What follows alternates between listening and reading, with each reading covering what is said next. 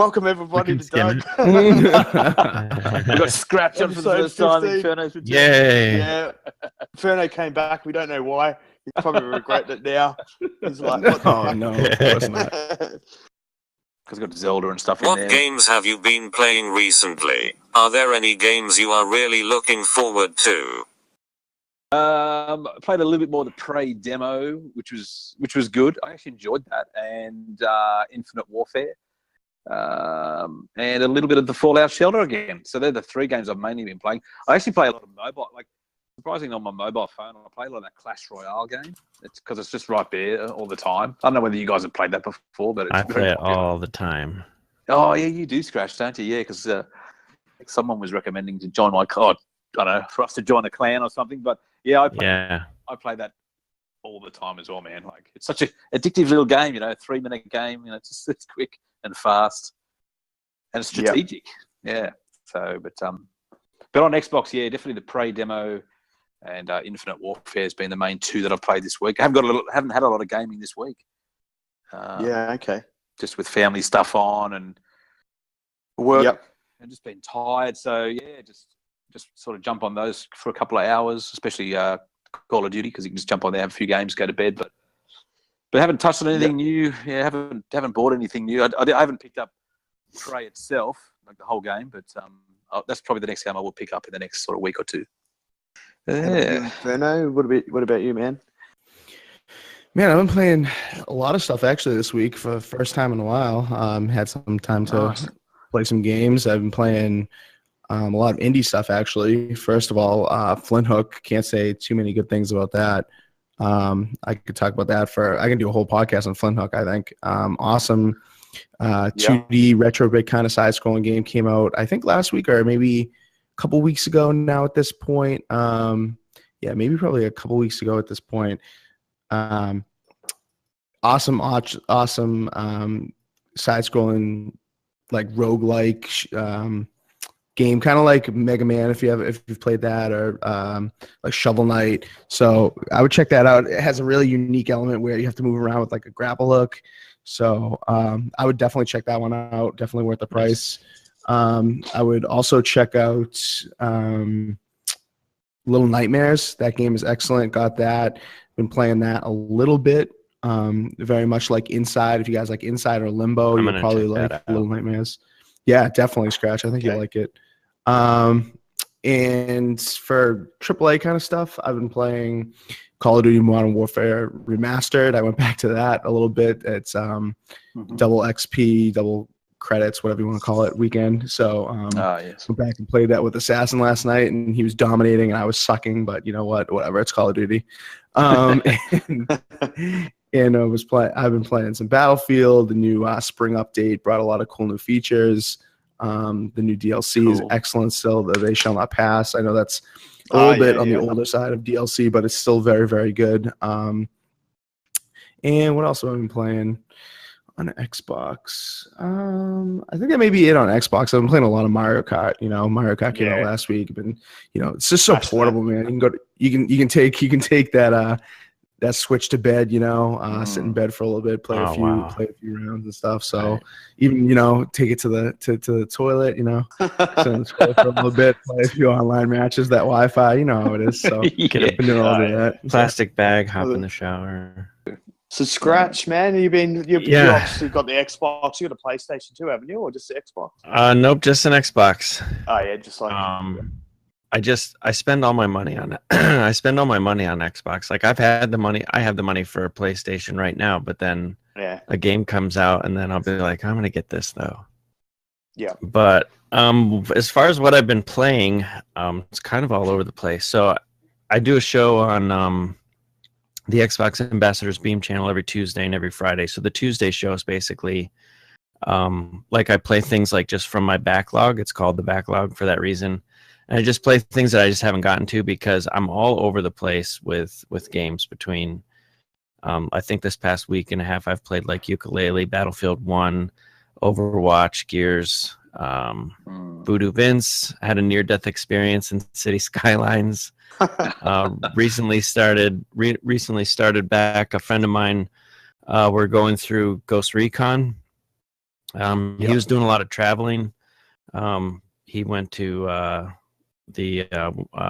almost said WonderCon, but the Star Wars Celebration. Nice. So he was gone for a week for that, and then after Star Wars Celebration, he had to go to France.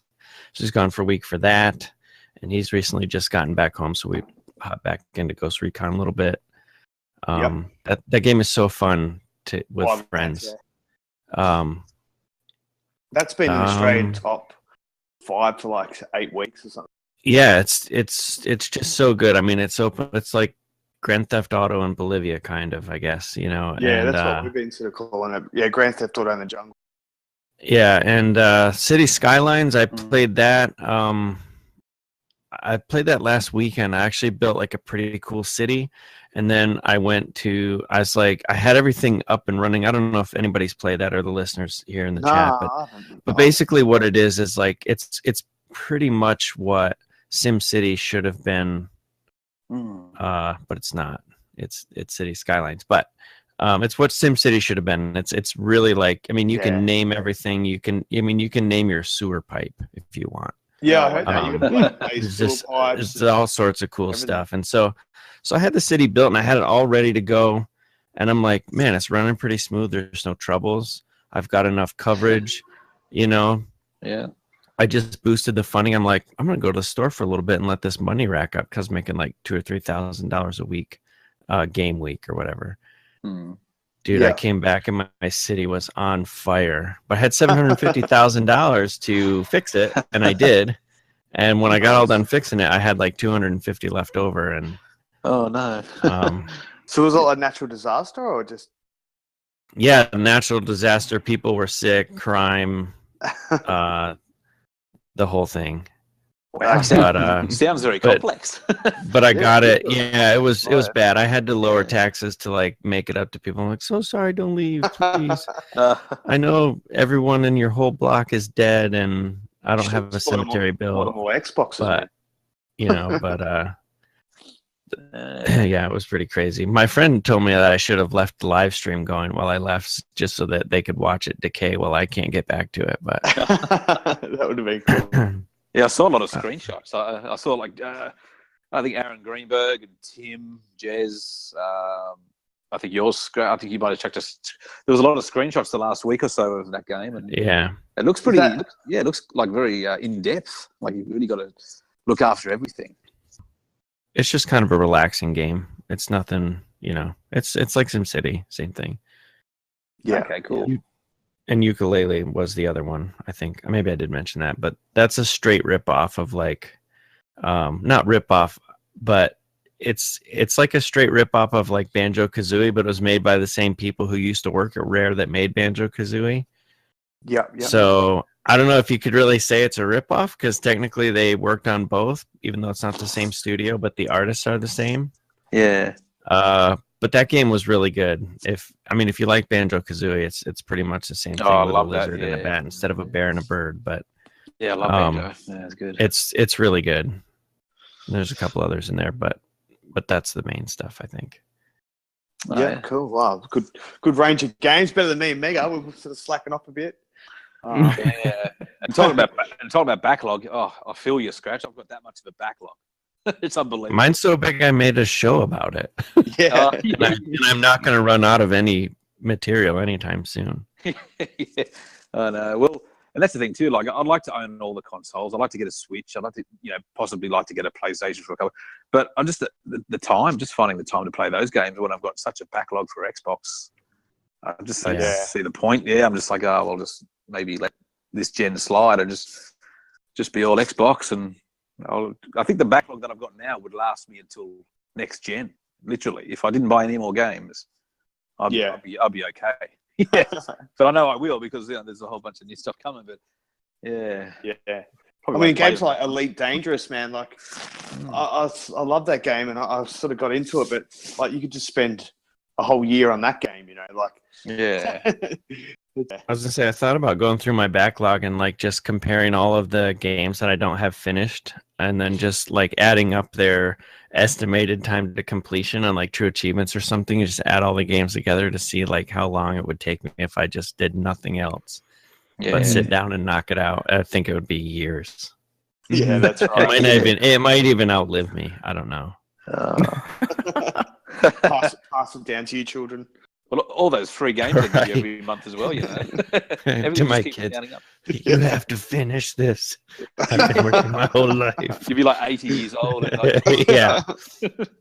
Scratch is like, I want you to take this, and he hands him a piece of paper. They unwrinkle it. And it's his gamer tag and his password. Put an LCD screen in the lid of my casket. Oh, facing down, so in case you revive yourself, self-revive. Piss off, Dad. We're playing with holographics now. Like, we don't want to play your shitty bloody Xbox. Yeah, right. That's funny. That was it. I think we covered everyone. Cool. All right, we'll move on. Next topic then. COD developers seem to be putting more into their campaigns, like they have shown in Infinite Warfare, and now it seems World War II. Do you guys agree? The older boots to the ground style, so they've had that one going for 3 years. So I think we may see a spate of games now where it'll be a sort of past to more modern, and then they may, you know, when people maybe are ready for it again, they may go back into the future or maybe an advanced movement sort of Call of Duty again. Who knows? But I think we might be in for 2 or 3 games where it is a bit more boots to the ground. But people will, you guarantee, in 3 games' time, people will want to change again. So right, yeah.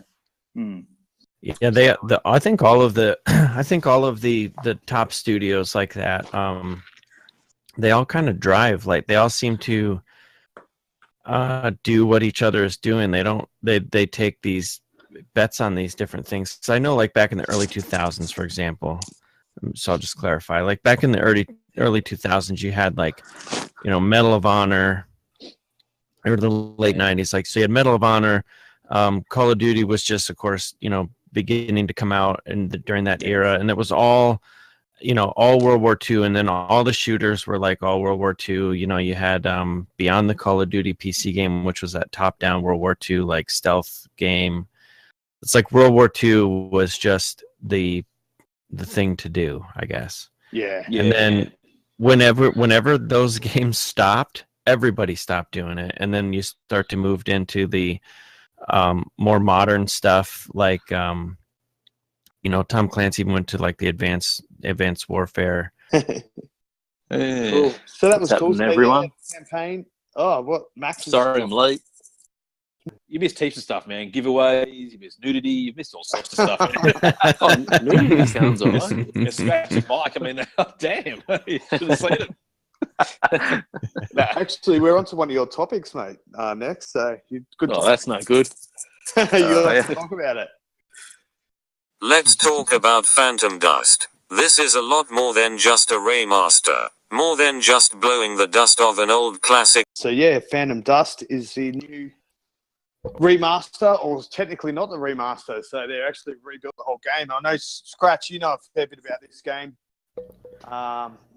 Yeah, I'm kind of excited to see it come back. I was curious to see like how people will take it, especially reading like some of the articles that have come out and things are talking about it, because I think nowadays like so many people like default to remaster when they talk about like a game coming out. So like the difference between like a re-release and a remaster, and this is more like of a re-release, but it's remastered like a little bit, but it's still the old game. And given the era that it came from, it's, you know, like if you did like an 8-bit, you know, well, kind of like an HD 8-bit, I guess, or 16-bit game, like on indie games, that's like a throwback. That's like, oh man, this is what the games used to look like. You know what I mean? And Phantom Dust is going to be like, this is what games used to look like, only not quite that far back. Okay. So it kind of, you know, might dance on the line of like, you know, looking like it's trying to be better. But the game, I remember when the game first came out, it had a huge cult following. I think there's still a huge cult following online somewhere. It's kind of like those, you know, we say huge, it's not in the mainstream, but it's a big group of people. I'm interested to see what they say, because I think we talked about it in a Polygon article, and then I actually had an opportunity to speak with some people that worked on the development team with this. And the story that they tell is interesting because they didn't have the original source code. Yeah. They had to go to Japan and get, I say original source code. They do, I guess they did have that, but none of it was like the final source code. So didn't they had to sort of like hack into it or something, didn't they? Yeah, like they don't have like a final source code to say like, okay, here's the complete finished product. So they might have like all the scenes, but maybe they don't have. And I'm making this up, this part. I'm just to give an idea of what the challenges could be. So they could run into a situation like where they might say, oh, well, we have all of these scenes, but there's no audio, or this is all completely done here, but it's not as polished and the glitches aren't completely removed, and when you take a game that has like a cult following like this, like, how people are, like it has to be the same. I think that's going to be the downfall. I don't even know if it's out yet, but like Final Fantasy VII was one of my favorite Final Fantasies on PlayStation, and I heard that they were going to redo that and re-release it, but then I heard that the gameplay was going to be completely changed, and that's like a mortal sin to some people for a game like that. I mean, yes, it might not translate to what gamers are used to nowadays, and yes, it might be a little bit more difficult to grasp. Yeah. But at the same time, there's a it's a fan service thing, that they dance with, when they release these types of games, when they have everything they need. So they weren't saying much about it because they don't really know what they can do. But what they've done, I think, from what I've read anyhow, seems to be pretty impressive, and hopefully people can appreciate it for that.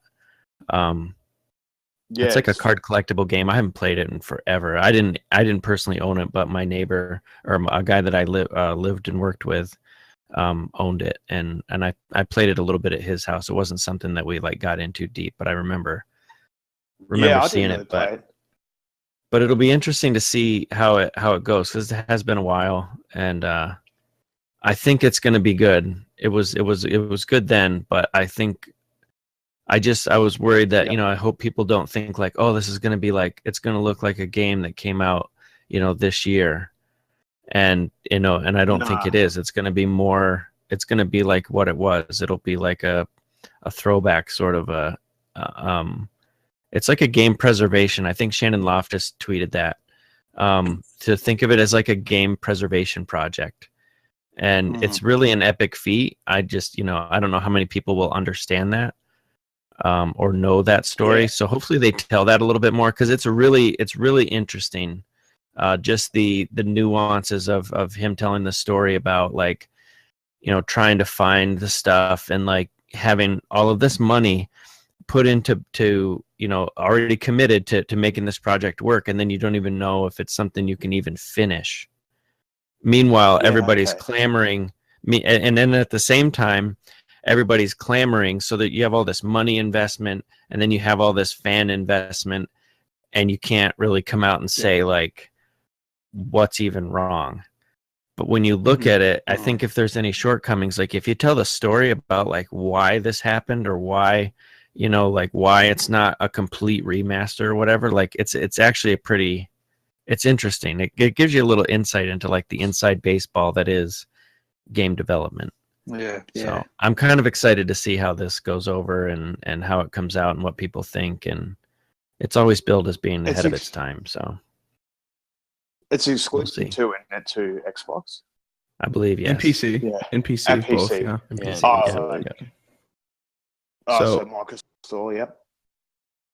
Yeah, Scratch. I think if I can just like build off that point just really quick, I promise I won't take too long, because I think Scratch said it pretty much perfectly and has a lot more inside knowledge than any of us do here about this game. But I would say that what people don't realize is they're gonna think of this as a remaster, and people have some negative connotations with remasters and selling it at $60 and blah blah blah. But at the end of the day, this really isn't a remaster. I mean, yeah, it's gonna look very similar, I would say texture wise and such, to the original game, so you're not going to be blown away graphically. I see people in the chat saying it still looks terrible. I mean, yeah, it doesn't. And what Scratch said, it doesn't look up to what we expect for next gen. Texture wise, it's gonna. I have a feeling it's gonna run great. They talk about how on Xbox it's gonna be 1080p. I'm expecting it to be 60 FPS. And then if you're playing on a PC, it's going to play at 4K res, so it'll render its assets at 4K. So, but it's rendering those assets. They're not building completely new assets. It's still, some of the original stuff, and some of it, they had to, build upon at their own will because they, like we just said, they didn't have the final finished product. And people got to realize this game, when it came out, was in a 4:3 aspect ratio that we had back when the original Xbox was. Now they had to expand it, and instead of just stretching it out to 16:9, they're having to build those assets, and make it so it looks appropriate for today's gamers on today's displays. So it really is a feat beyond just remastering. It's not just take this. A little bit of throwback out that they really put a lot of work into it. I think definitely. Yeah, I mean, you can look at any other games that come out. Like recently, the Disney Afternoon Collection. So it's got like, DuckTales and Darkwing Duck and like all the games from like Nintendo games. But like when they come out, or even the Mega Man series collection, the Capcom collection, which is on sale by the way. But you play those games and they start off in the 4:3 ratio. Now they have those redone so that they can go wide, but those games allow you to swap between the different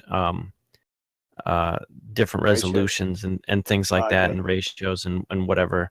And a lot of people, like Mike was saying, like a lot of people don't realize that they're trying to make stuff work on technology, and like 60 frames per second, like wasn't even a thing in gaming, at least not in the mainstream of like people's thoughts. Like at least I don't remember like back in 2003 people wanted to know what frame rates something ran at. You know what I mean? Yeah. Like they do now. I mean, I realized it was a thing, but it just wasn't like in the mainstream of like, it wasn't important, I guess is what I'm getting at. Or as important. And so it'll be kind of cool. I just hope they tell the story. I guess that's my final point. I just hope they tell the story about like what it takes to do this, so that people can understand, because it could really apply to all games. Even I see Savsky in the chat talking about like a rare replay, for example. It takes a lot to do that sort of stuff and make it playable. Now this game, I know Phantom Dust is going to have, I know that they said, I read somewhere they were going to have, they're going to update it a little bit, because, the difficulty curve is definitely different in games now, a little more forgiving.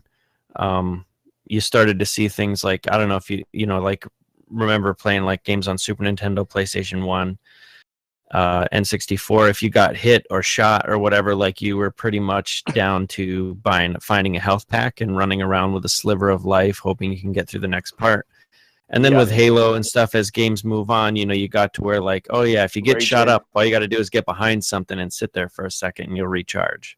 And that sort of, difficulty curve as games go on. Well, when you remaster a game like that, obviously they didn't have that stuff back then. So they're updating the game, I think, a little bit in terms of gameplay. I think there's like a skip. I think there's a skip option for if you die too much, you can still skip. I've seen that, they're expecting like not everybody's going to jump in and play the crap out of the multiplayer. So they're going to give options to like, just buy some of the unlocks if you just want to experience the game. Because I think that's their focus. Just like experience this, see what it's about, see what it's like. Stuff like that. I also want to give a shout out to Chibi Toon. She follows me around with streams and stuff, so I'm glad to see her here. Yeah, cool. Oh, we've got a new. We've got Assassins in there too, which is pretty cool. These Four Guys recorders, so. Yeah, Assassin's pretty cool. Shout out to Assassin. Hey, Chibi. I've never met Chibi before, but it's nice to see new people in the chat. Yeah, definitely. Yeah, that's cool. So you guys, Mega, Max, I actually never played this game, so I'm looking forward to any new game, you know, and it sounds pretty cool what they put into it behind the scenes. So, what about you guys, Max, Mega? You got much to say, or are you pretty much right? Or you can go, Max, if you like. Yeah, I miss Phantom Dust, the original time when it came out. What was it, 12, 13 years ago on the original? Missed it completely and kind of didn't even know it existed until probably 4 or 5 years ago when I was just looking it up one day. So I'm interested to see how it plays, you know, in regards to modern gaming these days. In terms of what they did with the game, it's pretty impressive when there was no source code.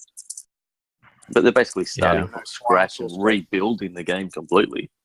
Yeah. Even to get it at 1080p and 30, 60 frames a second and 16:9, it's a pretty impressive feat to even do that these days. Yeah. Because it wouldn't have been an easy task for them to do. So it's good, like Scratch said, as a game preservation thing, it's pretty impressive actually. So I'd be looking to see how the game plays, because it wouldn't be something that I would play, you know, often, if you know what I mean. It's not the type of game that stands out to me, but I'd definitely give it a go. Yeah. What about you, Mega? Yeah, I'm the same. I never played it originally back in the day, but since there's been a bit of traction about it and a bit of advertisement for it, I definitely am interested in having a look at it, that's for sure. So see what they've done with it and have comparisons to the older one to what the new one will look like. So it'll be interesting to find out. Yeah, so just as a feat in enhancing it, I would love to see the difference.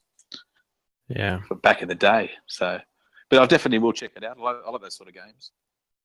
Yep. So cool. Yeah, I don't have much experience with it because it's actually like a card game, isn't it? I think you could. It's like, have you guys played Trulon, the Shadow Engine that just came out? It's an indie game. It's like it's like your powers. You get cards. Yeah. You get cards like build a deck. It's something similar to that. I think it's like okay. Like instead of like having powers, like you can just like play a card, but it's not so much of a card game like you would think of like Magic the Gathering or something like that, because there is like a like the action or whatever element to it. So and what about Mike, you interested in it? Yeah. I mean, I did play the original. I actually played the demo for the original more than I played the actual original game, because I don't know if people on this podcast know or anybody in the chat, but back in the day on the original Xbox, to get the demo, you actually had a region change to Japanese region to get the demo when it first came out, because it was a Japanese only title. So I did that region. I saw that online. I was quick to get on my Xbox and do the region change, and I played it, and I was like, wow, this is actually really, really fun. Really complex elements to this. It's not just running around and shooting orbs at each other. There's really a lot more to it. With the card power-ups and such. And a nice thing about this remaster / remake, whatever you want to call it, is that now they're going to have the ability to make new card sets for new power-ups, so it'll make the game fresh, and they'll also be able to store all the card data on Microsoft's internal servers. So instead of it being, purely disk-based like it was back when that kind of technology didn't exist, it's going to give them the ability to balance at will, to add new stuff at will. So I see this game having some legs, some real longevity, because Microsoft will be able to, change things at will, have weekends where they have special cards, for instance, that aren't in the regular game, So they'll be able to change the game whenever they want and draw back in some real interest. So I think it's going to be pretty decently successful. And I think it scratches that Japanese-inspired game itch that people are looking for on Microsoft's system that everyone's talking so well about on PlayStation. I know, yeah. I know. Well, it sounds like would it be very like DLC heavy or like microtransaction heavy, that game, do you think? Well, it looks like what they're going to do is it looks like what they're going to do is they're going to, have payable card packs. I'm not 100% sure, but it looks like what they would do is have payable card pack kind of thing. It looks like that you'll be able to unlock essentially everything for one price. So it's not like they're going to be just constantly releasing card packs for you constantly to be paying money. So that's a good thing. But like a gamble sort of thing, yeah. Yeah. And so it looks like maybe there'll be some sort of in-game currency that you'll be able to unlock the newer stuff that they may add at a later time, so you don't have to constantly be paying for microtransactions. So if you can unlock stuff with in-game money, like I've said before in other shows and with my friends, you know, in private party chats, I think it's perfectly fine to have microtransactions if you can unlock similar stuff with in-game money, like you can with you know, like Halo 5 and stuff like that. So I'm all for the way they're going to do it, I think. Yeah. Have they announced the price for it yet? What it's going to release at? I don't know if they've announced the price or not. I could look. Yeah, I haven't seen anything. Yeah, neither have I.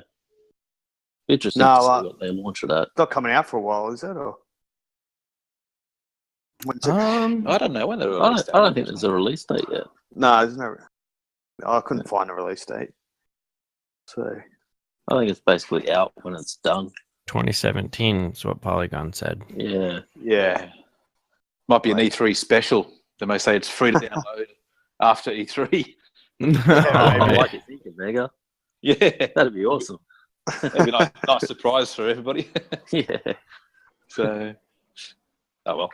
I don't think they give away for free, man. No, I know, but you know, you just those surprises you like to. They surprise you from time to time. It's good. Oh, you never know. Wishful thinking. Yeah, that's what I tell my missus. There's always works her way into the podcast. She'll be on the show next week. The webcam. No, I didn't say that. All right. Well, that we should move on to the next one then. I hope she doesn't listen. No. Will you sub to Game Pass, or just keep buying your games outright? Do you like the whole Game Pass concept? Okay, so yeah, Xbox Game Pass. You guys, basically, Dougie wanted to know if you guys are going to get it, or you're just going to keep buying your games, you know, digitally, or are you interested in it at all? Like, for me personally, like I've seen the games that are going to buy Halo because I haven't bought Halo yet, but they're not buying it anyway. But I mean, for me, I just think I'll probably just get it. I mean, if it's cheap enough, I'll just get it and download whatever and whatever I want. But I just hope they put games in there. That's what I just want them to put good games in there. Like Netflix is they sort of compare it to Netflix, and Netflix has got some really good content in there. You know, that's what I want. I think they need to do that as well as appeal to the casuals. They need to appeal to the hardcore game with it. I don't know what you guys think. Yeah, I think the comparison to Netflix is a good and a bad one. I mean, it's going to be like Netflix in practice and in how you're going to just consume stuff. But Netflix these days, I don't know about in Australian regions or if different regions have different things, but I'll tell you over here in the US, Netflix gets a lot of stuff way quicker than I expect them to get it. One of the bigger movies of last year that came to Netflix really quick was Zootopia. Really good Disney movie. If you haven't checked that out, excellent movie. And that came to Netflix so quickly. And I'm saying to myself, I was gonna buy the Blu-ray for like $25, $27, and why would I do that when it's just on Netflix, a month after it comes out or even sooner? Right away. But but the thing with the Xbox Game Pass is that I think people need to kind of temper their expectations with how quickly stuff's going to come out. I don't expect, games to go into the Game Pass, a month after they come out. That would be far too quick, I think, for these companies that are looking to turn a dollar on the hard work that they've done. So I think Game Pass is going to just have games that are, slightly older, slightly long in the tooth. Maybe people haven't played them, but they're going to build up their library in a way like that. And or maybe smaller devs that want to use that as a way to make money.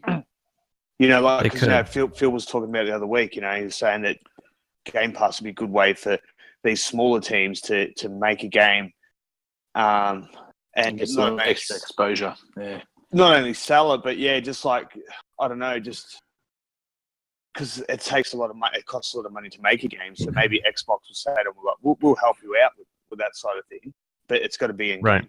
It's got to be a Game Pass release. Yeah, because like releasing a... Go ahead. Oh, God, scratch my bad. No, my bad, bud. Go ahead. Okay, I was going to say that like game development, like releasing games, it's like a gamble. And so when you look at it, like even with the games with gold, you know, and things like that. And I think the average person sitting at home, even with backwards compatibility, maybe backwards compatibility is a better example. When you look at the clamoring of people on, like, say, the feedback site, they're like, where's Black Ops 3? Microsoft sucks. They haven't brought Black Ops 3 out yet.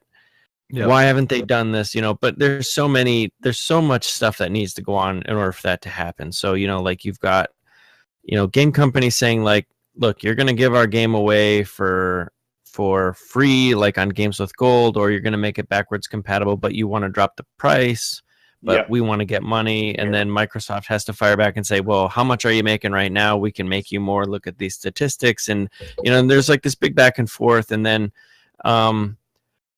maybe somebody just doesn't like the idea of doing it, or they don't want their, you know, maybe they're too proud for their game to be considered cheap because it gets given away for free. And so they just don't sign off on it because, you know, there's so much licensing and things that have to take place. And then at the same time, you have like an indie developer where Microsoft can come to them and say, look, the market is kind of saturated right now on top-down twin-stick shooters that look like, you know, this or whatever. But what we'd like to do is, are any of you interested in releasing on, say, Game Pass, and we'll pay you this much money up front? Yeah. Or you can release normal and then just take a gamble that you may or may not make more. And it's a decision based on the developer to say, you know, I think let's just take, you know, say, and this is, I don't even know what the numbers are, but just as an example, they might say, if we started selling this at like, say, you know, $9.99, you know, in a year's time, we might make, say, let's say we might make 40,000 on the game, or we can just make 30,000 right now and release directly to Game Pass or directly to Games with Gold or whatever the case may be.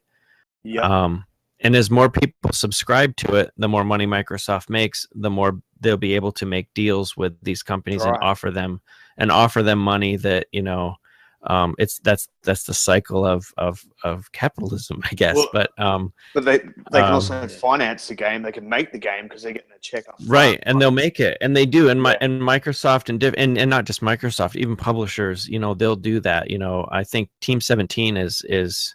If you've looked at the games they've had coming out with the studios, I mean, Team 17 like makes Worms, and you know they develop some of their own games, but they've also gone into the publishing business where they're basically scraping the cream off the top of some really great indie developers and saying like, look, we'll help fund it and we'll publish it, and even giving indie developers who the game might never come out. I often wonder that, like, how many games just never came out because really talented people, you know, didn't have access, or maybe even just didn't believe in themselves enough to do it. You know, they need someone.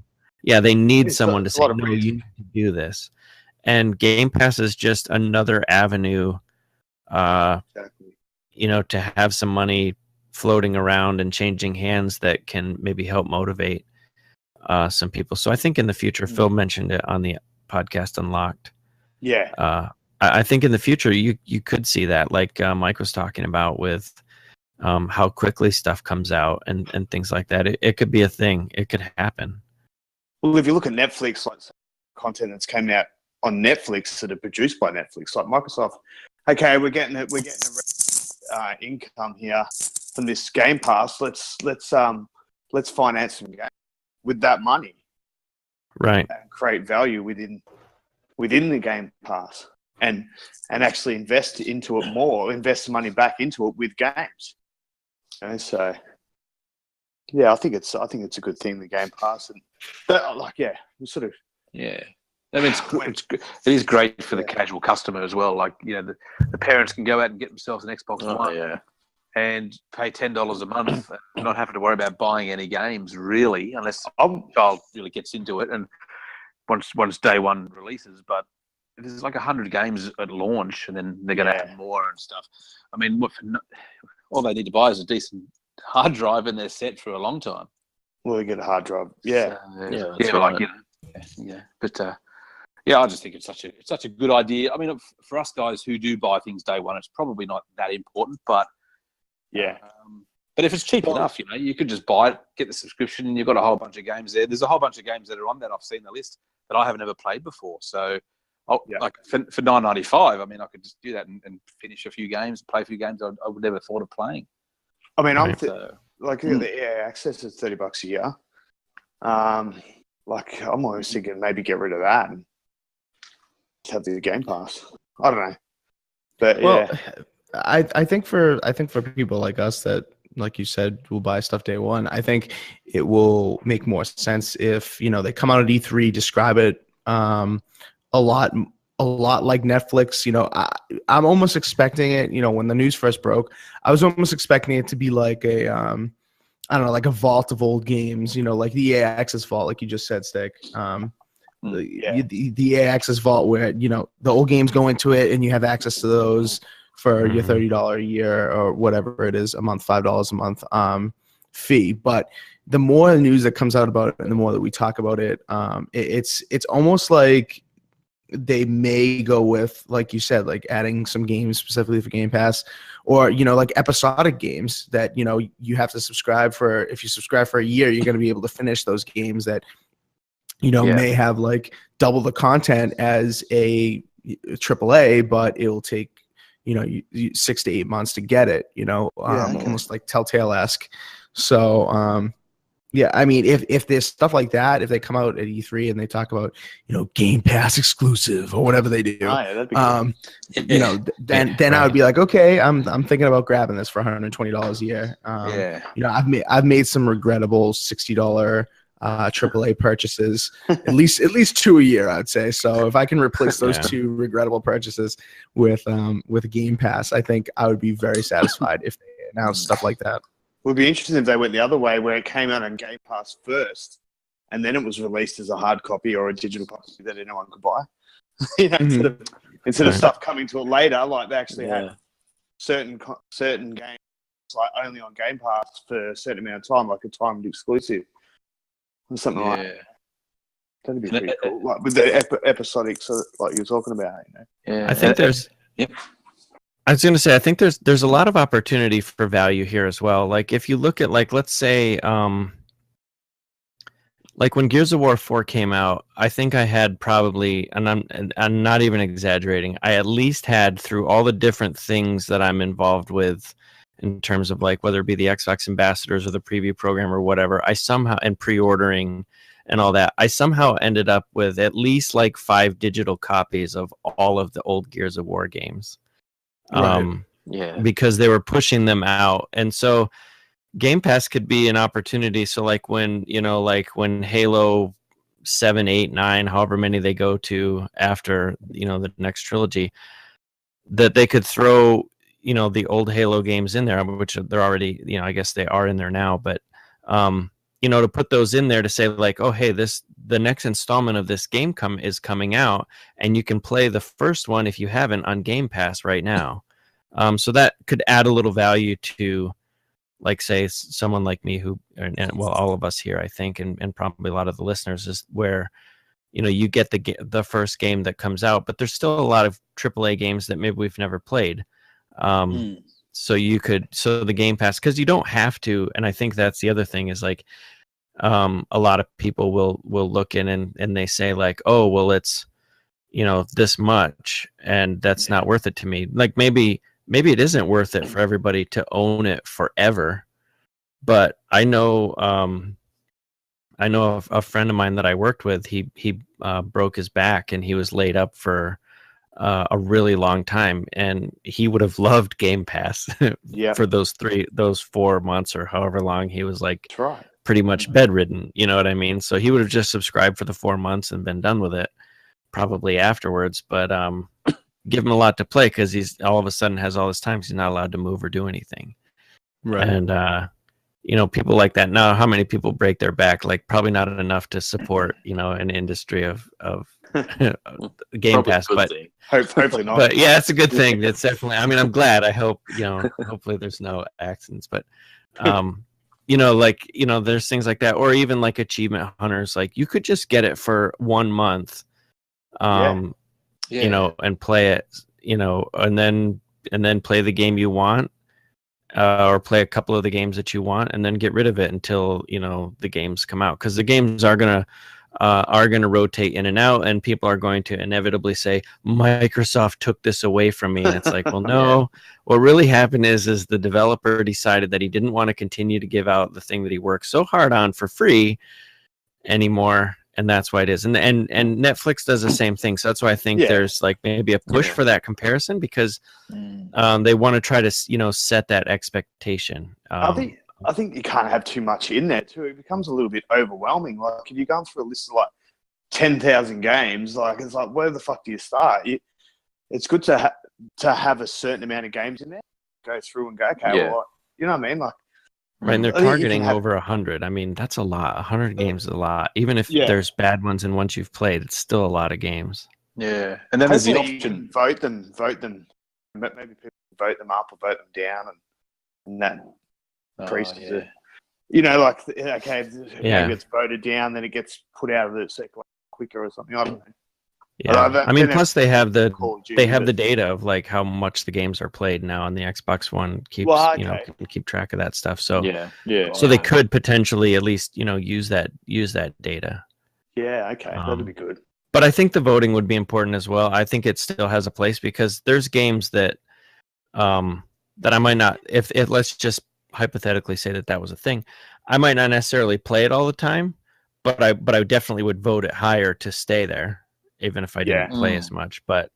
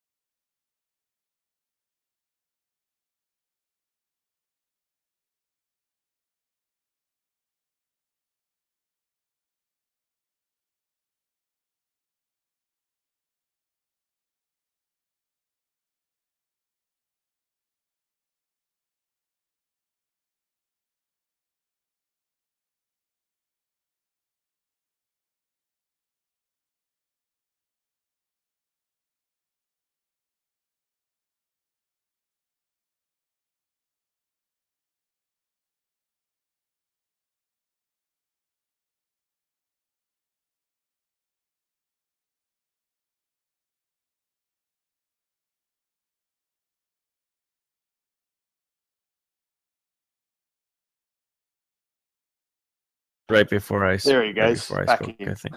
Thought you fell asleep. Did you feed him? What the hell's going on? I don't know. Crazy. I think we're back. Yeah, we're back. Okay, good. Yeah, Mike's just asked. We're back. Mike's just asked them. They still can't hear us. So well, the delay though. Yeah, it's all the delay. Yep. I can see it on OBS, man. They'll hear us. Lighten up, yeah. we're gonna get spammed with. We hear you in just a second. It's like, no, we can't hear them. No. Yes. Wait, stop messing with it. Well, at least they're still there, man. It could be worse. They could have all fucked off. Here we go. Yep, Chibi's all good now. Yeah, it's all good. Yeah. Yeah, Chibi. Thanks, Chad. He's a legend. We wouldn't be able to keep going. We wouldn't know what's going on without them. Yeah. I think a good thing with Game Pass as well would be when you put multiplayer games into it, like Halo 5, for example, it keeps the population up.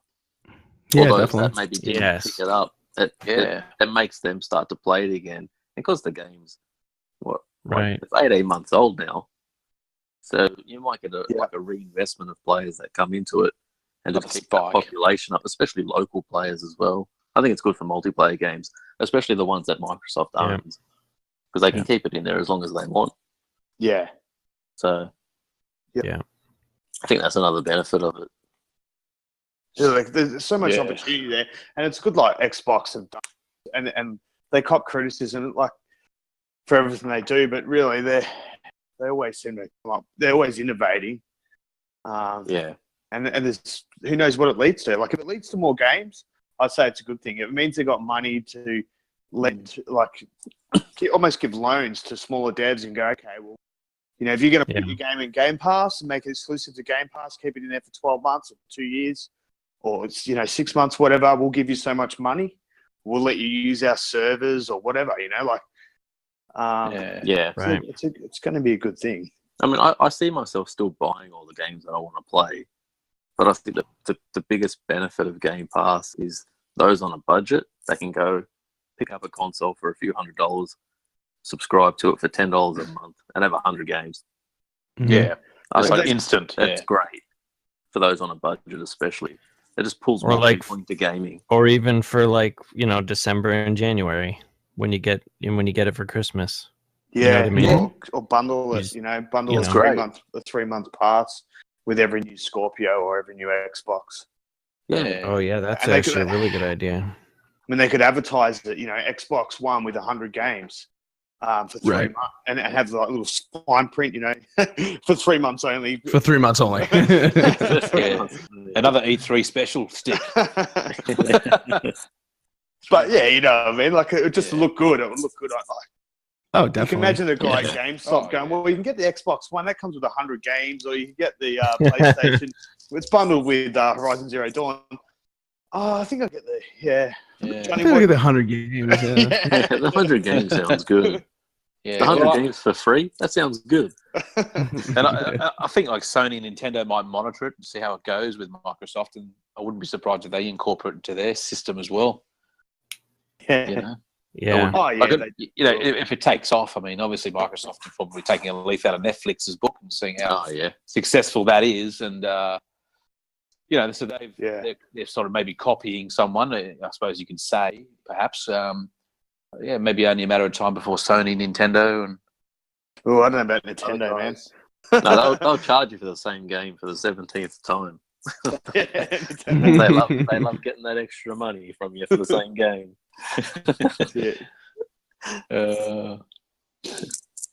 It'd be cool. Oh well, it's a good topic. Well, I think I probably will get it. If it's $10 a month, that's nothing.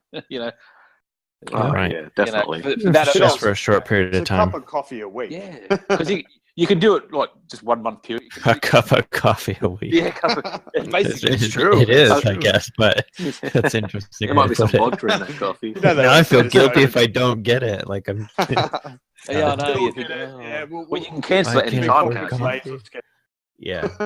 It's something you can just subscribe 1 month, 2 months, and then cancel for a month or two, then go back to it again. Yeah. Well, hopefully they have a trial period, like a 30-day trial period, like they do with everything else.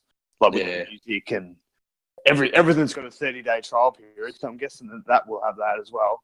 You got to put your credit card numbers in. Still very generous, even for a trial. They had a trial period for I think preview members currently have a trial period for the whole system. I think so. That's going. I don't know how many games. I don't know how many games are in it currently, but I'm pretty sure preview program members have. Scratch. You're in preview, so isn't that true? They have. Yep. There's there's 20 20 some games in there.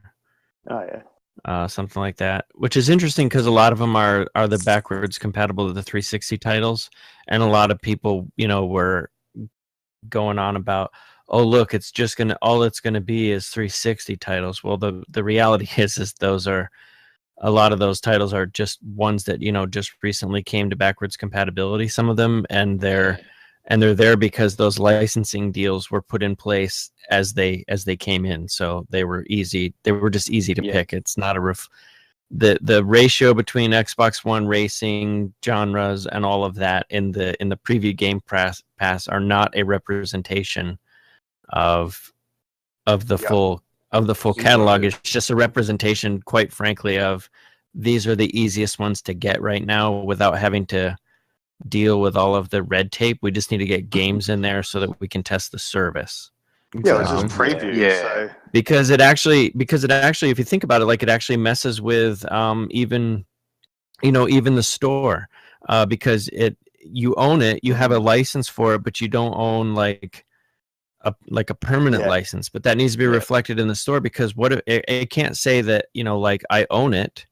It needs to say like I have it with Game Pass. Would I like to buy it? Because what if I want to buy one of those games? If I go to the store and it says owned and I don't own it, like do I then have to cancel Game Pass, buy it, and restart it? So they have to like adjust to the store so that scenario I just explained, doesn't take place. And so well, that's I'm thinking they'll do what it. it's doing in the preview is like to make it work on the technical side of it. Well, I'm hoping they kind of do it like they do EA Access, where there's like another option for where it says just get a copy. Hopefully that's how they do it. Yep. But yeah, like get a copy, to... or it shows that you have a discount or something like that. Yeah, but like you said, I mean, they have to put the simplest games in there that they can without having to deal with influences and get that stuff working out. So it's a good point. So yeah, and it's just a preview. A lot of people go into the preview thinking it's like an early demo phase sort of thing. That's right. This is what it'll be. You're there to help Xbox. I find it interesting. Like I see posts and on different forums and things, and these people claim to know what they're talking about, and they're like, look what Microsoft did. They're trying to fool you. And I'm like, no. If you knew how it worked, I was like, if you knew how it worked, they're not going to waste time on things they don't need to waste time on. Doesn't matter what game is there right now.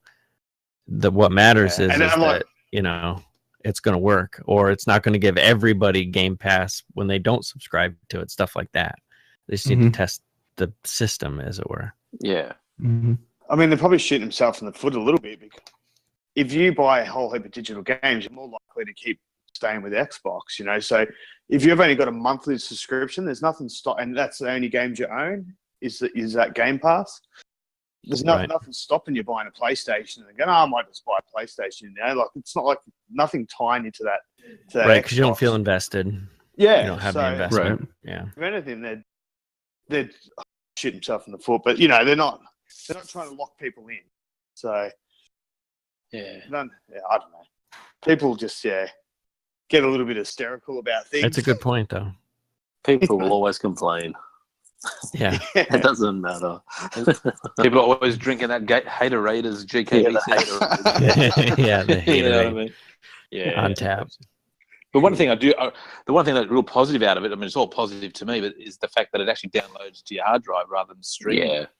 Much Absolutely. better. So that's one good thing. That's a really good thing there. We couldn't stream over here. Like you'd look at this podcast tonight, it's hanging in there by its thread.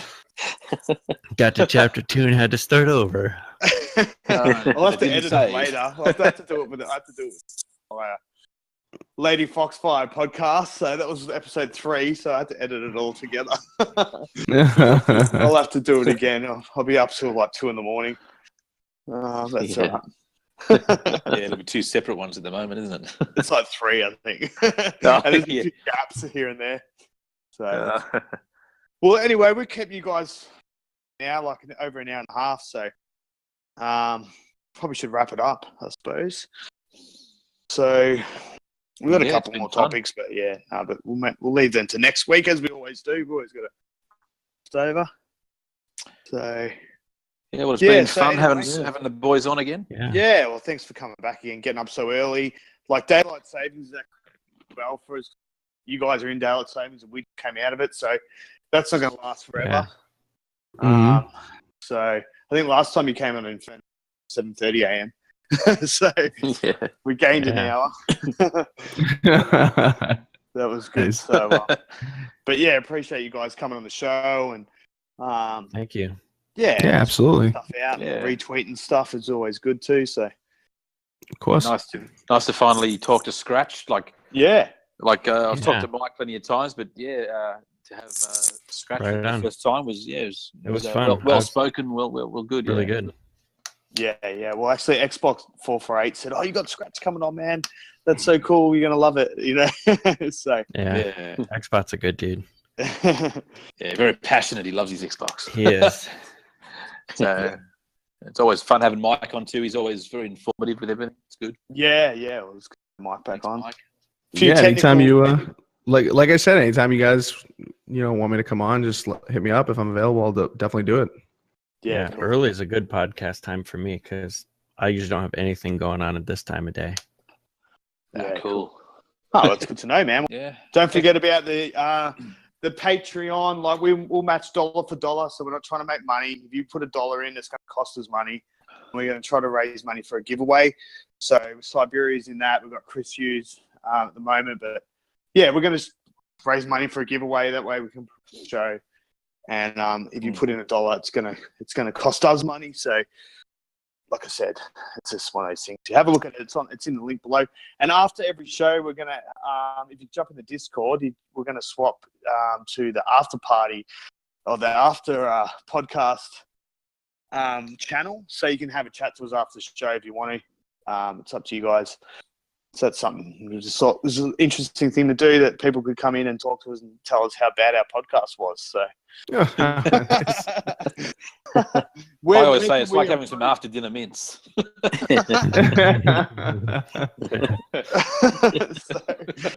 Feel free to jump in there. These bad jokes. Yeah, don't worry. Trying to be funny. We all know why you have the after dinner. Thanks to Max for coming in late, but that was all good, man. It was always a pleasure having you on, with you all the time. But such Max, a short show. I'm glad you made it, man. I'm glad you made it. It actually went really Sounds well. like I missed all the bad bits. It was good. So anyway, you was starstruck with Scratch being in here. I know that for a fact. I know. Definitely. Jeez. So Scratch and catch you. I got your links down below on Twitter and YouTube. So you do some pretty cool. Thank you. Pretty cool videos, and he's got some cool videos. Side of things, and just Xbox in general, and so pretty informative videos, I must say. Like, I watch them. Actually, unsubbed you accidentally, I pocket unsubbed you. So I've been subbing you for a while. I'll probably come up in your emails, Gwen, stick figure to sub you. But, I appreciate that. I don't get a chance to talk to a lot of the people because I don't do podcasts and I don't do anymore. So I don't get a chance to talk to people who watch my videos or get that feedback. So thank you. Or anybody that watches it. They're very good. I definitely appreciate it. Yeah, they're really well thought out. And I thought about doing live things just to talk to people, like just go live and just see who shows up in chat and just talk to them about whatever with no plan, but I've never done it. I just don't get a chance to interact, I guess. Asynchronously I do because in the comments and stuff. But it's also nice to do like this as well. So that. Yeah. We're pretty cash too, so well, really cash tonight. It was good. I had some good conversation there. Yeah, no, it was really good. And Inferno or Mike Inferno. Obviously 4 Guys and Quarters TXR. Everyone knows, anyone who's know those podcasts. So I know them. Yeah, check them out once in a while. I think some of you guys that are listening to this podcast may like what we do as well. So maybe some of the Australians, because we've got like 40% Australian audience, so they might not know your podcast. So that's the links are below. Really, you might need an Aussie. You might need some Aussie flavour on there one day, Mike. Yeah, There you go. true. I mean, if the time zones work out, we have guests all the time, so we may need to. We need somebody who frequently cracks a stubby, as it will. So. Nice one. You guys can Yes. the rest of the world zones- about the time cracking zones stubbies. Time zone's not going to stop us from cracking a stubby, that's for sure. Nice. Now, what I was going to say, there was a couple of weeks ago, I had a really good episode. It got a bit heated on TXR, and that was great listening. And everyone was like, "Oh man, a bit of drama, man," but it's really good to listen. Yes. I love Yeah, that. sometimes sometimes that just happens, some differing opinions in the show. Some TXR especially has some, big personalities on there, some big people very, very set in their ways and, just wanted to, be passionate. So, It yeah, cool. I mean, it made for a good show and no ill will or anything, everybody still loves each other on there. So it's, I think it seemed like there was a lot of drama, but it didn't, as soon as the live stream was over, it was kind Everyone of was over, laughing. Water out of the I bridge. must have missed that one. Yeah, I wonder who was it between? Oh, man. It was with Marco, wasn't it? Yeah, so and Macca, Rand? Tim, Doc. Yeah. I mean, a little bit of everybody. Other than me, me and Rand kind of took a back seat and watched it with our popcorn baskets. You know what I mean? But we all had the popcorn out. We try to do that in this show, but we just like each other too much, so we can't do it. Probably like episode 75, Stick and Max will have a Do something set bad two. to me, Mega, so I can hate on it. Give me some haterade. Not in Just- there. Have a go at Battlefield. That'll get him going. Yeah, have a go at that. God dare.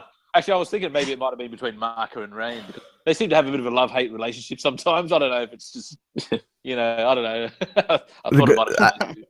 I think the good thing, but also the bad thing about the show is that it could happen between anyone at any moment. Everyone has, their strong opinions. Everyone is knowledgeable enough to back them up in a specific way. And some people, when they're feeling very strongly about something, just don't want to back down from it. They want to just, defend it to the death. And sometimes that happens. So if you're into that kind of thing, TXR is your show. So Yeah, it's such a good show. Yeah. Yeah. thank you. Man. Such Thank a you. good squadron on there. It's great. Mm-hmm. Alrighty. So, and Mega, you got your YouTube channel. I think his link's up the top of the video there. Little exclamation mark. Sub Mega's channel.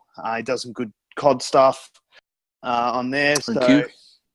And Max on Twitter. Follow me on Twitter. All our links are below. We've got the Facebook page and the Discord. Get in the Discord. We're pretty active in there, and we're going to do some cool things like after parties and even before the podcast. We might even be in there. Jump in and talk to us. So, yeah, if that thing turns you on, Cool. get in there. Coolness. All right. Well, great show, guys. Thanks again, Scratch. And For sure. Yeah, thanks Absolutely. for coming on. Yeah. top stuff. We'll get you on again. All right. Yeah, get you on again for sure. Catch you guys. Awesome. Okay. Thanks, guys.